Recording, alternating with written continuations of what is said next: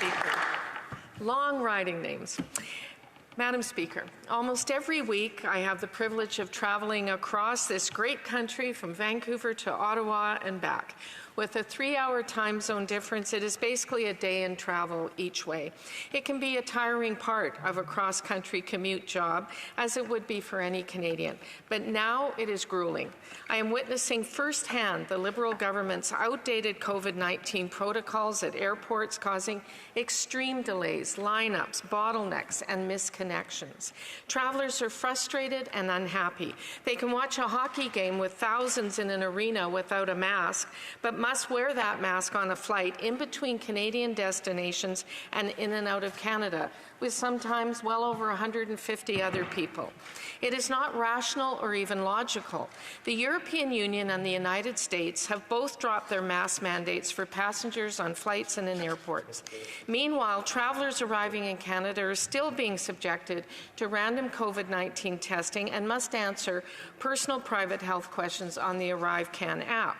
Why is Canada's science different from the science followed by many of our international allies? These unnecessary protocols are causing severe delays at Canadian airports. Customs have become so backed up that there is not enough physical space to hold the lineups, leaving passengers stuck on planes for over 75 minutes. I recently had the experience on my Washington trip with the Minister of National Defence of having to deal with the ArriveCan app. Imagine seniors like me dealing with the issues on this app, trying to come home. Every airport and airline are complaining that they are severely understaffed in all aspects. At YVR on Sunday, there is now a sign at the screening entrance stating limited capacity due to staff shortages. Bags aren't making transfers between flights. If you have a layover in Toronto, despite long layovers. Security lines are ridiculously long because they don't have enough staff to open all the scanner lines despite having the traveler traffic to warrant that level of operation. Meanwhile, airlines are ramping up their schedules very slowly because they simply don't have the staff to service that many flights. I was told by one airport employee that Toronto's Pearson alone is 600 staff short. This means that if you check a bag and it gets on the flight, but you don't make it because you're stuck in security, you may not see that bag for a long time, maybe days. Then when you miss that flight because security lines are so long, you can't get on another flight for several hours, or you're getting on one with a long multi-hour layover. Vancouver, like most international airports, has a standard and express security line, but even the express line was taking over 1.5 hours last weekend, with people lined up way down to the international check-in areas. That means for domestic flights, which usually recommend being at the airport 90 minutes in advance, you now need to allow at least 2 hours or more in advance to get your bag checked and through security on time. Staff at the airports are so overworked and confused with scarce resources and so many flights that they are sometimes giving travelers false information about flights being held for them when they're not. So not only do you have the frustration of waiting, but then you have the surprise of no flight at the end of the security check-in process. I can't even imagine traveling with young kids dealing with these major hurdles. At YVR in the weekend, I saw a very pregnant woman with 3 kids racing through the airport because the screening had taken so long. No one was helping her. It will come as no surprise to anyone in this place that the Canadian Air Transport Security Authority, or CATSA, is a federal Crown corporation responsible for all passenger security screening, and it's experiencing ongoing staffing shortages. CATSA said that it has been actively supporting its contractors to recruit and develop new staff. Screening resources are scheduled according to airline traffic. Prior to the pandemic, resources could be utilized across the board between domestic and international checkpoints due to staggered passenger peaks. But as air travel recovered, we are observing simultaneous peaks with passengers flooding more than one security checkpoint at a time. Because of uncertainty about baggage handling, passengers are also traveling with more carry-on bags, resulting in additional time required to process them in screening and then storage issues on board. Mike McNaney, Chief External Affairs Officer of YVR, said an ongoing staffing shortage at CATSA is contributing to the long lines and lengthy delays in processing passengers through security, stating that delays like these have never been seen before and were worse than anything that had been previously experienced throughout the pandemic. Anyone traveling even domestically knows this to be true. He said the airport has been welcoming 45,000 passengers per day, and they expect those numbers to increase with the upcoming busy summer season. There are serious concerns about the summer schedule, when the demand will increase, and whether CATSA even has a management plan, short and long term, to address the challenges. The aviation and tourism industry in Canada has been hit hard. We need to be supporting economic recovery in Canada instead of needlessly restricting travel. Airports are facing major staffing issues that the government is refusing to remedy. CATSA itself said that at the beginning of the pandemic, they employed 7,400 screening agents. Today, there's only 6,500, despite travel increasing. Our global reputation as a top travel location is at risk. Recently at Transport Committee, Mr. Robin Guy, who's a Senior Director with the Canadian Chamber of Commerce, testified that the Canadian aviation and tourism industries were particularly hard hit by the COVID-19 pandemic. We know this.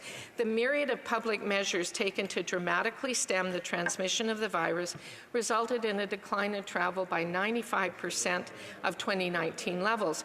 The protracted pandemic meant Canada's airports lost more than $4.6 billion in revenue in 2021 and added $3 billion in debt to stay open and maintain safe and secure operations. Prior to the pandemic, Canada's airports contributed to major economic development. In 2016, those airports directly contributed $48 billion in economic output, $19 billion to GDP, almost 200,000 jobs and $13 billion in wages. The government must work with industry to address the challenges the sector faces as it rebuilds itself post-pandemic. First, the government must review all regulations introduced during the pandemic. With high vaccination rates and an easing of most public health measures, these pandemic regulations are now outdated and no longer required. There are massive delays in processing passports and Nexus, which are being felt across the transportation system. Should a Canadian citizen renewing a passport really have to arrive in the middle of the night to wait and then still be told they didn't make the top 10 list for processing? Secondly, we need to invest in our airports' infrastructure, technology, and innovation. Low traffic volumes over the last 2 years have meant airports delayed much-needed capital projects. We must recognize that air travel delivers a spectacular double-line benefit to the economy. Air travel is key to the travel and tourism industry and that part of our national economy. Industry experts from a large variety of disciplines are calling on the government to abandon the travel restriction that caused numerous negative repercussions on our economy and international reputation. This Liberal government needs to ensure that passengers have a seamless experience from couch to cabin, check-in to arrival at Canada's airports. It's time for us to get with the times instead of selective and secretive Liberal science that is hampering Canadians' lives and their ability to see loved ones and their families. Thank you, Madam Speaker. Questions and comments. Questions et commentaires. The Honourable Parliamentary Secretary to the Government House Leader. Yes, thank you, Madam Speaker. And we've been hearing a great deal. What I would suggest to you is somewhat misleading for Canadians, coming from the Conservative Party, and I'll be addressing that shortly. My question to the member is: does she believe that is a Conservative actually suggesting that we look at ways in which we could look at cutting back on security measures? Is that what they're suggesting, either indirectly or directly? Around the world, we are seeing delays very similar to what we're experiencing here in Canada. Member for South Surrey, White Rock.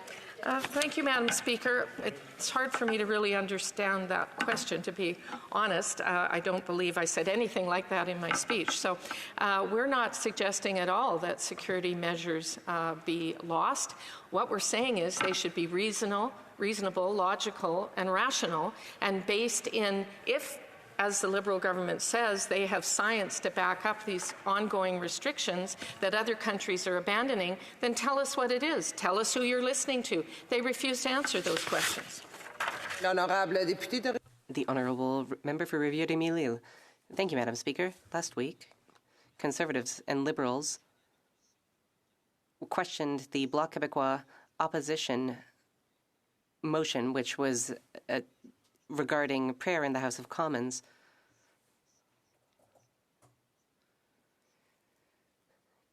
Now they're talking about the lifting of health measures in airports, but I'm not going to cast shade on their motion.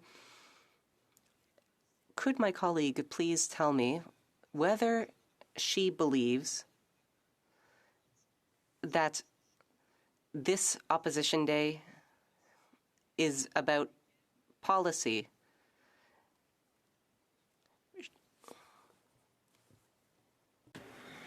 Well, Madam Speaker, I do have to applaud my friend for bringing the issue of prayer into airports. But anyway, if I understand the question correctly, he's asking if this is based in policy. And what we're saying is absolutely it's based in policy. We have every provincial health authority in every province having lifted vaccine passports and masks. We see our own Prime Minister traveling abroad in countries with low vaccination rates, unmasked, with groups of people anywhere from bars to restaurants to formal meetings.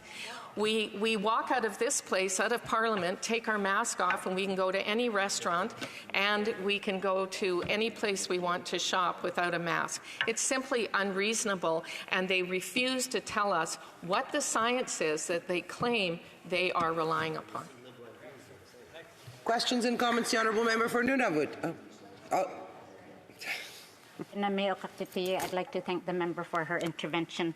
I'm glad that she mentioned CATSA because it's facing a labour shortage that requires better wages and more support for workers to fix it.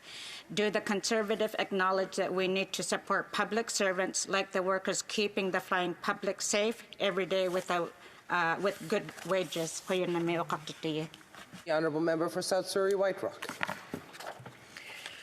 Well, I'm a big believer in paying people for the work they do, and security, border security at airports are very important jobs.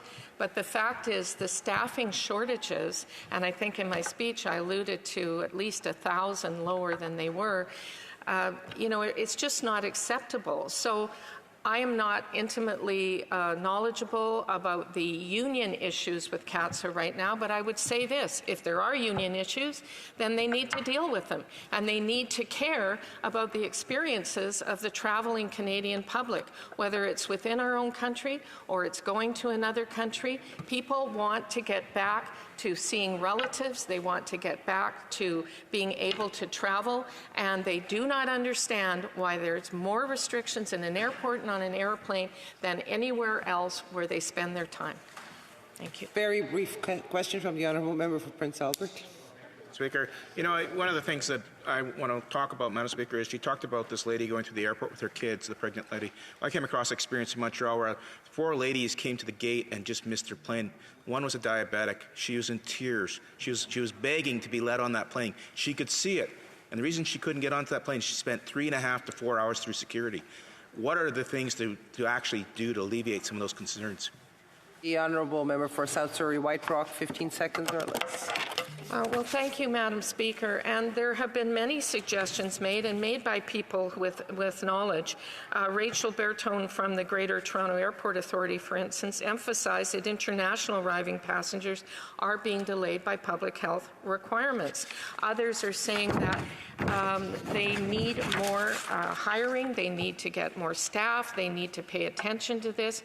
So it's not only one thing, it's many things that need to come together in a prudent and rational approach to travel and to recovery of our tourism economy as well. Thank you.